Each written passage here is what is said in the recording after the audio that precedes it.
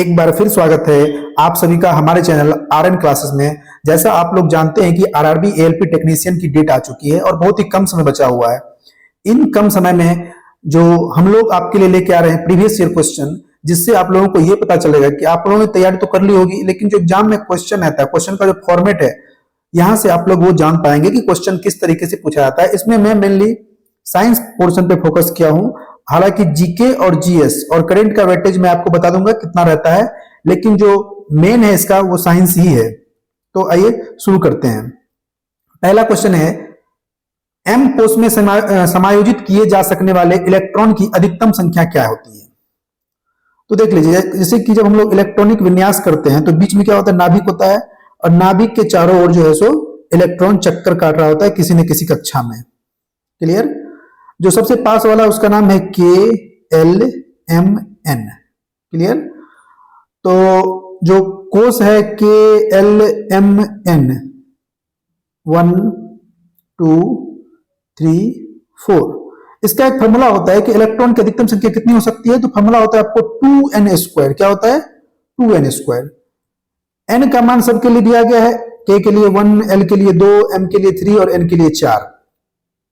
पूछ रहा है m का, तो m के लिए k का मान कितना है? 3 का स्क्वायर। जब इसको कटेंगे तो 9 गुना 2 कितना हो जाएगा? 18। ऑप्शन नंबर सी 3 इसका करेक्ट आंसर हो जाएगा। बहुत ही प्यारा सा ये क्वेश्चन था। अगला है, स्वाद का पता लगाने वाले संग्राहक को क्या कहा जाता है?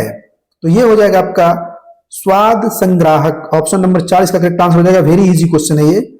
सार्वभौमिक गुरुत्वाकर्षण स्थिरांक g का मान निम्न द्वारा निर्धारित किया गया था। तो आप लोग एक पढ़ते होंगे, जब हम लोग ग्रेविटेशनल फोर्स का मान निकालते हैं तो F बराबर क्या होता है? G m1 m2 bye r²। m1 m2 जो द्रव्यमान होता है दो वस्तुओं का, और r हो गया दोनों वस्तुओं के बीच की दूरी। यहां लेकिन यहाँ पे G है ना, इसको हम लोग बोलते हैं सार्वभौमिक गुरुत्वाकर्षण स्थिरांक। इसका जो सबसे पहले मान दिया था वो दिया था हेनरी कैवेंडिश। ऑप्शन नंबर 1 इसका करेक्ट आंसर हो जाएगा। और जो इसका मान है वो भी एग्जाम में पूछता है, 6.67 इंटू 10⁻⁻11 न्यूटन मीटर स्क्वायर पर केजी स्क्वायर। ध्यान रखिएगा एक चीज और, कि ये जो होता है ना यूनिट को अच्छे से याद रखिएगा। कभी कभी एग्जाम में ये आपका मिलता रहेगा, इसमें कुछ चेंज कर देगा। इनमें से कौन सा अम्ल का गुण नहीं है? अम्ल का स्वाद खट्टा होता है, अम्ल का गुण है। अम्ल का स्वाद कड़वा होता है, ये अम्ल का गुण नहीं है। अम्ल एक क्षार के साथ लवण बनाता है, ये भी अम्ल का गुण है। और अम्ल नीले लिटमस को लाल कर देता है, ये भी अम्ल का गुण है। ऑप्शन नंबर 3 इसका करेक्ट आंसर हो जाएगा, क्योंकि जो क्षार होता है उसका स्वाद कड़वा होता है, अम्ल का स्वाद खट्टा होता है। भारत सरकार का अर्जुन पुरस्कार निम्न क्षेत्रों में से किसमें सार्वजनिक उपलब्धि के लिए दिया जाता है? देखिए, वैसे तो मेन इसमें क्वेश्चन मुख्यतः साइंस पोर्शन से है, लेकिन जीके जीएस से और स्टैटिक पोर्शन से और करंट से 2-3 क्वेश्चन मात्र दिया गया, इसीलिए मेनली फोकस आपका साइंस पर होना चाहिए। करंट वगैरह या फिर जीके जीएस पर उतना फोकस नहीं करना है। ये जी क्वेश्चन है, अर्जुन पुरस्कार खेल के क्षेत्र में देती है भारत सरकार। डैश की प्रक्रिया में लोहे को जस्ते की परत चढ़ाकर संरक्षित किया जाता है? पहला है ग्रीज लगाकर, मिश्र धातु बनाकर, गैल्वनीकरण जिसको हम लोग हिंदी में यसद लेपन कहते हैं, और एनोडीकरण। तो मैं आपको बता दूं कि लोहे पे जो जंग लगता है उसको बचाने के लिए हम लोग इस पे जस्ता का लेप चढ़ाते हैं, तो इसको हम लोग बोलते हैं यसद लेपन, गैल्वनीकरण। ऑप्शन नंबर 3 इसका करेक्ट आंसर हो जाएगा। एक उठे हुए हथौड़े में होती है। तो देखिए, जब कोई आदमी एक हथौड़ा उठा के रहता है हाथ में, अपने हाथ में, तो इस समय ये क्या होती है? किसी स्थिति में रहती है। चूंकि ये किसी स्थिति में रहती है, इसको हम लोग क्या कहते हैं? स्थितिज ऊर्जा कहते हैं। अगर यही गति करता तो उसमें गतिज ऊर्जा रहता। ध्यान रखिएगा, ये क्या होगा इस पे, ये यहाँ पे क्या स्थिर है उसके हाथ में, तो इसमें स्थितिज ऊर्जा हो जाएगा। ऑप्शन नंबर 4 इसका करेक्ट आंसर हो जाएगा। अगला क्वेश्चन है, यदि किसी पिंड को त्रिज्या आर के वृत्ताकार पथ को के चारों ओर एक बार जाने में टाइम कितना लगता है? t लगता है। तो वेलोसिटी पूछ रहा है। आप जानते हैं वेलोसिटी बराबर क्या होता है? Distance by time taken. अब ये चारों तरफ कितना डिस्टेंस तय करेगा? तो मैथ्स का फॉर्मूला होता है कि ये जो वृत्त का सरकमफ्रेंस होता है वो कितना होता है? 2πr। तो डिस्टेंस कितना निकल गया? 2πr टाइम है टी, तो ऑप्शन नंबर हो जाएगा आपको 2 इसका correct answer. Very easy question है ये। नोबेल पुरस्कार प्राप्त करने वाले एकमात्र भारतीय अर्थशास्त्री कौन है? अमर्त्य सेन। कौन थे? अमर्त्य सेन। उनको 1998 में अर्थशास्त्र में नोबेल पुरस्कार मिला हुआ है। जब हम आवर्त श्रेणी में समूह से नीचे आते हैं तो क्या होता है? देखिए, आवर्त सारणी, पीरियोडिक टेबल अच्छे से क्लियर कर लीजिएगा, बहुत ही छोटा टॉपिक है और क्वेश्चन रहने का चांसेस बहुत ही ज्यादा रहता है इसमें। कह रहा है कि जब हम ऊपर से नीचे आते हैं तो कक्षकों की संख्या घट जाती है, बिल्कुल गलत। संयोजी इलेक्ट्रॉन कम हो जाते हैं, बिल्कुल गलत। कक्षकों की संख्या बढ़ जाती है, बिल्कुल सही। क्योंकि जब हम ऊपर से नीचे आते हैं ना, तो इसका जो एटॉमिक नंबर होता है वो बढ़ता है। तो जब एटॉमिक नंबर बढ़ेगा तो क्या होगा? जब हम उसका इलेक्ट्रॉनिक व्यास करेंगे तो K, L, M, N, electron जाते रहेगा तो कक्षा की संख्या बढ़ गई ना। तो वही कह रहा है कि कक्षकों की संख्या बढ़ती जाती है। ऑप्शन नंबर 3 है, परमाणु का आकार घट जाता है, ये बिल्कुल गलत है। क्योंकि ये जो तीनों दिया गया ना, 1 2 3 1 2 4, ये तीनों जो है, तो जब हम लोग आवर्त सारणी में इधर से इधर जाएंगे, बाएं से दाएं, तब जाके ये सब काम करेगा। लेकिन जब ऊपर से नीचे आएंगे तो कक्षकों की संख्या बढ़ती है, परमाणु का आकार बढ़ जाता है, कुछ इस तरह का। पुरुषों में मूत्र और शुक्राणु दोनों के लिए एक उभयनिष्ठ मार्ग कौन सा बनाता है? बायोलॉजी का क्वेश्चन है। मूत्र मार्ग। पुरुषों में ये एक ही मार्ग होता है, मूत्र मार्ग। मुंह का पीएच किस स्तर से कम होने पर दांत का क्षय होना शुरू हो जाता है? पीएच, एसिड, बेस और साल्ट चैप्टर से ये दूसरा तीसरा क्वेश्चन है। जब हमारे मुंह का पीएच 5.5 से कम हो जाएगा तो हमारे मुंह में क्या होगा? हमारे मुंह का जो है सो एसिडिक बिहेवियर बढ़ेगा, और जब हमारे मुंह में एसिड बढ़ेगा तो दांत का क्षय होना शुरू हो जाएगा। इसीलिए हम लोग जब प्रचार में सुनते हैं कि क्या आपके कोलगेट में नमक है, क्योंकि नमक रहेगा, सॉल्ट रहेगा, तो क्या होगा? वहां बेस की मात्रा अच्छी होगी, तो वो क्या होगा? हमारे दांत के लिए सही रहेगा। अगला क्वेश्चन देखिए, निम्नलिखित में से कौन सा एक उभयधर्मी ऑक्साइड है? उभयधर्मी किसे कहते हैं, पहले ये जान लो। उभयधर्मी वो होता है जो एसिड के साथ भी रिएक्ट कर ले और बेस के साथ भी रिएक्ट कर ले। तो एल्युमिनियम ऑक्साइड जो होता है ना, वो उभयधर्मी होता है। Al2O3 ये क्या होता है? उभयधर्मी होता है। ये बेस के एसिड के साथ भी रिएक्ट कर सकता है, ये बेस के साथ भी रिएक्ट कर सकता है। ध्यान रखिएगा, दोनों केस में सॉल्ट देगा ये, तो इसीलिए इसको उभयधर्मी ऑक्साइड कहा गया है, जो एसिड के साथ भी रिएक्ट कर ले और बेस के साथ भी रिएक्ट कर ले। एक धारा I, मतलब करंट I दिया गया है, प्रतिरोधक के माध्यम से प्रवाह कर रहा है। एक स्रोत द्वारा प्रतिरोधक में भी विभवांतर को बनाए रखा गया है, पोटेंशियल डिफरेंस भी है। टी समय में आपूर्ति की जाने वाली ऊर्जा, एनर्जी पूछ रहा है। देखो, इस क्वेश्चन में एनर्जी का मान पूछ रहा है, तो आप जानते हो कि पोटेंशियल विभवांतर वाला क्या होता है? V इंटू आई, ये फॉर्मूला तो पता है। और एक और फॉर्मूला ध्यान रखिएगा, जो पोटेंशियल डिफरेंस होता है वो होता है energy by time taken. Clear? अब देखो, P का मान क्या है? P का मान V इंटू आई है, और बराबर में क्या हो जाएगा? E by T. अगर हम यहां से E का मान निकाले तो E बराबर क्या हो जाएगा?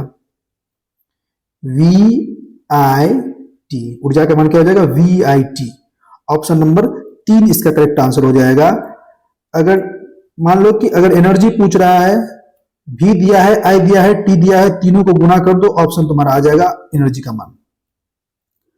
अगला क्वेश्चन क्या है? एक प्राचीन भारतीय दार्शनिक के अनुसार सब कुछ मूल तत्वों से बना है। चार्वाक का यह कहना था कि जो प्राकृतिक जितने भी चीजें वो 5 तत्वों से बने हैं। सब 5 तत्व आपको पंच तत्व पता ही है। इसका ऑप्शन नंबर हो जाएगा 4। P और F के बीच वस्तु रखे जाने पर अवतल दर्पण द्वारा निर्मित प्रतिबिंब की स्थिति ज्ञात कीजिए। देखिए, ये आपका अवतल दर्पण है, ये हो गया इसका प्रिंसिपल पोल, ये हो गया फोकस, और ये हो गया सेंटर ऑफ कार्वेचर। वस्तु है यहाँ पे रखा हुआ, इसका हम लोग ड्राइंग करते हैं। देखिए, एक रे यहां से आएगी और यहां से कट के ऐसे निकल जाएगी, और एक हम लोग रे निकालते हैं सी से। तो ये दोनों रे ऐसा प्रतीत होता है कि दर्पण के पीछे जाके मिलने वाला है। तो इमेज जो बनेगा वो कहाँ बनेगा? दर्पण के पीछे बनेगा। इमेज बड़ा बनेगा और इमेज आभासी बनेगा। ध्यान रखिएगा, दर्पण को अच्छे से क्लियर कर लीजिए, क्योंकि ये इससे भी एक क्वेश्चन बन जाएगा, और ये बहुत ही प्यारा सा क्वेश्चन है और अच्छा क्वेश्चन पूछा गया था। इस बार कहीं ना कहीं एग्जाम का लेवल अच्छा रहेगा, क्योंकि जब ये 18 का क्वेश्चन जब उस लेवल का, तो सोचिए कि अभी के डेट में क्वेश्चन का लेवल क्या रहने वाला है। अल्कोहल का क्वथनांक 78 डिग्री सी है, तो केल्विन स्केल पर यह तापमान कितना होगा? आपको पता है ना कि जो C बराबर होता है वो क्या होता है, K माइनस 273 होता है। तो K बराबर कितना हो जाएगा, 273 प्लस C। अभी आपने C का मान यहाँ पे कितना दे रखा है, 78, दोनों को ऐड कर दो, 341 केल्विन हो जाएगा, 341 नहीं 351 केल्विन हो जाएगा। ऑप्शन नंबर 4 यहाँ पे दिया गया है नीचे, ऑप्शन नंबर 4 इसका करेक्ट आंसर हो जाएगा 341। आइए शुरू करते हैं अगला क्वेश्चन। उत्तक क्या है, उत्तक क्या होती है, कोशिकाएं जो उत्पत्ति स्वरूप और कार्य में समान होती है उसको हम लोग उत्तक कहते हैं। वेरी इजी क्वेश्चन है ये, ऑप्शन नंबर 4 इसका करेक्ट आंसर हो जाएगा उत्तक का। बंगाल का विभाजन किस वर्ष हुआ था, जीएस का क्वेश्चन कभी कभार पूछ रहा है, जीएस एलपी टेक्नीशियन वाले जीएस को ना छुएं, जिनका भी साइंस वाइंस ठीक है, मैथ वगैरह ठीक है, रीजनिंग ठीक है, इन तीनों पे पूरा फोकस कर ले, जीएस पोर्शन को ना छुए, थोड़ा बहुत करंट में थोड़ा बहुत ओवरव्यू ले, ज्यादा वो भी नहीं करना है। 1905 में हुआ था, ऑप्शन नंबर 4 इसका करेक्ट आंसर हो जाएगा 1905। लॉर्ड कर्जन उस समय के गवर्नर जनरल वाइसरॉय जो भी हुए थे। अलैंगिक प्रजनन के एक प्रकार की पहचान कीजिए जिसमें प्रजनन पौधे के कुछ हिस्सों जैसे जड़ें, तनों और पत्तियों के माध्यम से होता है। तो ये होता है वनस्पति का प्रसार से होता है। ऑप्शन नंबर 2 इसका करेक्ट आंसर हो जाएगा वनस्पति का प्रसार। अगला क्वेश्चन देखते हैं। एक व्यक्ति अपने बाएं हाथ में कलम पकड़े हुए है, लेकिन दर्पण में उसका प्रतिबिंब ऐसा लग रहा है कि वो दाएं हाथ में पकड़ा हुआ है, तो यह घटना किसके कारण होती है? तो एक वर्ड है अंग्रेजी में लेटरल इन्वर्जन। लेटरल इन्वर्जन है ना, जो प्लेन दर्पण होता है, जो सामान्य दर्पण होता है, उसमें ये होता है पार्श्व परिवर्तन। हाँ, ऑप्शन नंबर 3 इसका करेक्ट हो जाएगा, क्योंकि आप तो दर्पण के सामने देखोगे ना, आपका जो लेफ्ट में है वो राइट में दिखेगा और आपके जो राइट में है वो लेफ्ट में दिखेगा दर्पण के भीतर। अगला क्वेश्चन देख लेते हैं। द्रव्यमान m के साथ गतिमान पिंड की गतिज ऊर्जा का मान क्या होगा जब उसकी वेलोसिटी दोगुनी हो जाएगी? पहले वेलोसिटी v है, तो पहले गतिज ऊर्जा क्या हो जाएगा? Kinetic energy 1/2 mv²। फिर क्या किया है ना, 2 गुना कर दिया, 2v हो जाएगा, तो क्या हो जाएगा 1/2 m। अब v का मान क्या है 2v, तो ये हो जाएगा कितना 4v²। क्लियर? इसको थोड़ा हम लोग और सॉल्व करते हैं, तो ये जैसे कि ये e के जो हो जाएगा वो हो जाएगा आपका 4 गुना हाफ mv²। देखिए यहाँ पे mv², यहाँ पे mv², कितना गुना हो गया? 4 गुना हो गया। ऑप्शन नंबर 2 का करेक्ट आंसर हो जाएगा। इजी क्वेश्चन है, न्यूमेरिकल वगैरह तैयार करके आप लोग जाइए, एकदम छोटा छोटा न्यूमेरिकल, जो बहुत ही, जो बहुत बड़ा न्यूमेरिकल सॉल्व करने की आवश्यकता नहीं है, बहुत ही छोटा न्यूमेरिकल सॉल्व कर जाइए आप लोग, जो बेसिक सा न्यूमेरिकल है। और पूछ रहा है, देखिए फिर पूछा, यदि एक चालक का प्रतिरोध दोगुना हो जाए तो विद्युत द्वारा आधी हो जाती है, क्योंकि आपको पता है कि एक फॉर्मूला होता है V बराबर IR। यहां से हम लोग I निकाल लेंगे तो क्या हो जाएगा V/R। वही कह रहा है कि जब हम चालक का प्रतिरोध R दोगुना करेंगे तो ये आधा जरूर ये आधा हो जाएगा ऑटोमेटिक। तो ये फॉर्मूला पूछ रहा है, तो ऑप्शन नंबर 2 से आंसर हो जाएगा। और इसको हम लोग ओम्स का नियम भी कहते हैं, ओम्स लॉ। ठीक है। सेंट पीटर्स बेसिलिका ईसाई धर्म के सबसे प्रसिद्ध चर्चों में एक किस शहर में स्थित है? तो ये वेटिकन सिटी में है। तो मैं आपको बता दूं, ये था एएलपी का और टेक्नीशियन का जो एग्जाम हुआ था 2018 में, उसका शिफ्ट नंबर 3। ठीक है।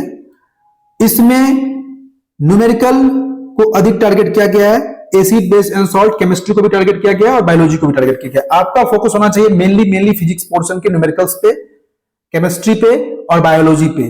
करंट अफेयर्स 1, 2, 3 इससे ज्यादा नहीं पूछता है। अगर पूछेगा भी तो उसके लिए पैनिक नहीं होना है। अगर आप इसमें अच्छा करना चाहते हो तो साइंस पोर्शन को कंठस्थ कर लीजिए। मैं इस सीरीज को एग्जाम से पहले कंटिन्यू करवा दूंगा, आप लोग देखिए कि क्वेश्चन का लेवल कैसा रह रहा है, इसके अकॉर्डिंग तैयारी कैसी चलनी चाहिए। मिलते हैं अगले वीडियो में, तब तक के लिए आप लोग देखते रहिए और चैनल को सब्सक्राइब कर लीजिए। Thank you.